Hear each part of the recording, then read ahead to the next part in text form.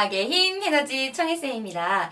자, 우리 친구들과 선생님은요, 지난 시간부터 계속 뭔가 운동, 그리고 어떻게 속력을 나타낼 것인가, 그리고 지난 시간에는 그럼 얼마만큼이란 건가? 라는 얘기들을 함께 했단 말이에요. 자, 그럼 오늘은 뭔가 일했다. 자, 우리 친구들, 그럼 뭔가 일했어요. 뭐가 필요해야 일할 수 있을까요? 선생님, 물체를 막 밀려고 해요. 선생님에게는 뭐가 필요할까요? 뭐가 있어야 이 물체를 밀어낼 수 있는 걸까요? 맞아요. 그것을 우리는 에너지라고 해요. 그래서 에너지의 정확한 정의를 한번 보면 일할 수 있게 하는 능력이에요.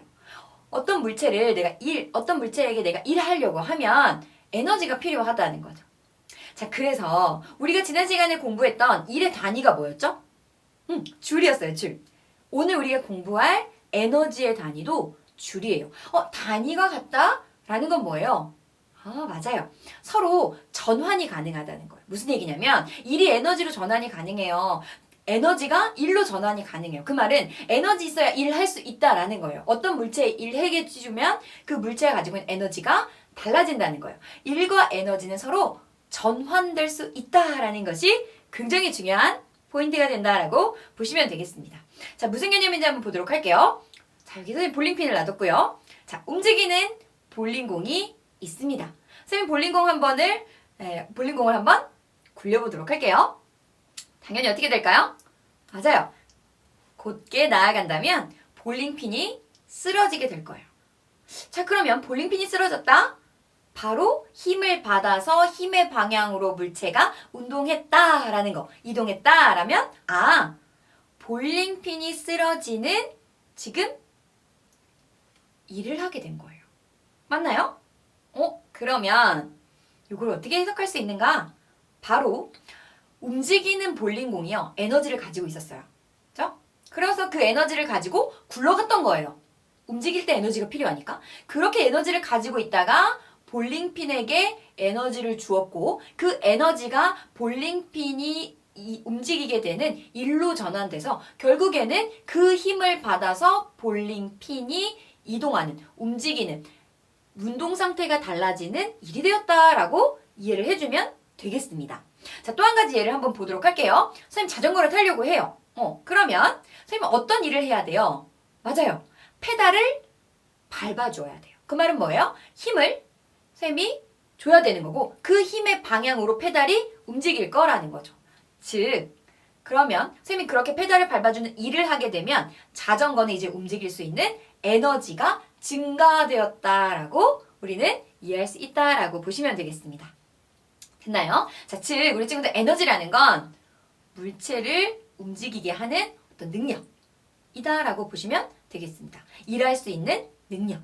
그렇죠? 자, 그럼 우리 에너지를 좀 크게 두 개로 나눠볼 건데요. 먼저 위치 에너지라는 것이 무엇인지 한번 살펴보도록 할게요. 근데 우리가 중학교 때 배우는 것은 이제 중력에 의한 위치 에너지예요. 즉 다시 해석하면 어떤 물체가 높은 곳에 위치한다라는 건 그 위치에서 어떤 에너지를 갖는다는 거예요.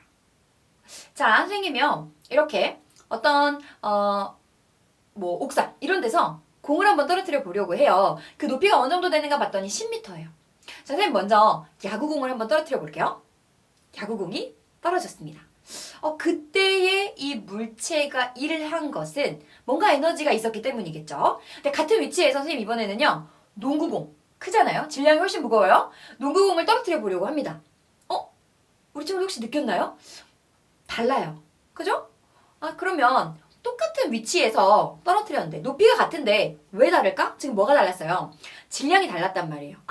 질량이 다르니까 이 두 공이 가지고 있는 에너지가 달랐고 에너지가 다르니까 당연히 에너지는 일할 수 있는 능력이었는데 그 일이 다르게 나타난 거예요. 됐나요? 모르긴 몰라도 질량이 크면 클수록 뭔가 에너지가 증가하는 거구나 라는 거 알 수 있어요. 이 에너지는 질량에 비례합니다. 자, 이번에는 선생님이 그러면 똑같은 공 가지고 한번 실험해 보려고 그래요. 똑같은 공 가지고 대신 뭘 다르게 할 거냐면 하나의 공은 아까 우리가 10m에서 떨어뜨렸으니까 이번에는 그 반, 5m에서 한번 떨어뜨려 볼게요. 자, 어떤가요? 뭔가 달라요. 보다 높은 곳에서 떨어뜨리면 그만큼 더 큰 에너지를 갖는구나. 즉, 높으면 높을수록 더 에너지가 커진다는 거예요. 높이에 비례하는구나. 결국 높은 곳에 있는 물체가 가지는 에너지는 두 가지로 결정되는데요. 하나는 그 물체의 질량이고 하나는 그 물체가 기준면으로부터 어디를 기준으로 할 거냐가 중요해요. 이 기준면으로부터 가지는 높이다 라고 이해하시면 되겠습니다. 그래서 지금부터 중력에 의한 위치 에너지는요. 우리 친구들 9.8 곱하기 m 질량이에요. h 높이입니다. 9.8 mh라는 것으로 그 물체의 중력에 의한 위치 에너지를 결정할 수 있습니다 라고 이해하시면 되겠습니다. 즉 물체를 들어 올린다는 건 뭐예요? 중력의 반대 방향이잖아요. 즉 내가 들어 올리는 일을 한 만큼 그 물체는 쌤 일했어요. 그 물체 일해줬죠. 그죠? 그러면 내가 해준 일의 양만큼 그 물체는 에너지로 전환돼서 에너지가 커지는 거다라고 이해하시면 되는 거예요. 되셨나요? 쌤 들어 올리는 일을 해요. 그 일을 이 물체의 중력에 의한 위치 에너지로 전환돼서 이 물체는 어떤 기준면에서 높이에 있는 위치에 있다면 위치 에너지를 갖는다라고 이해하시면 되겠습니다.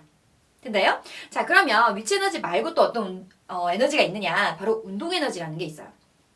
어떤 물체가 멈춰 있는 게 아니라 운동하고 있는 물체들이 있어요. 그 물체들은 운동 에너지를 갖는다. 너무 당연한 거예요. 선생님 똑같은 원리로 한번 설명해 볼게요. 볼링핀이 있습니다. 그리고 선생님이요 아주 작은 볼링공으로 한번 굴려볼게요. 자, 그럼 V라는 속력으로 굴렸습니다.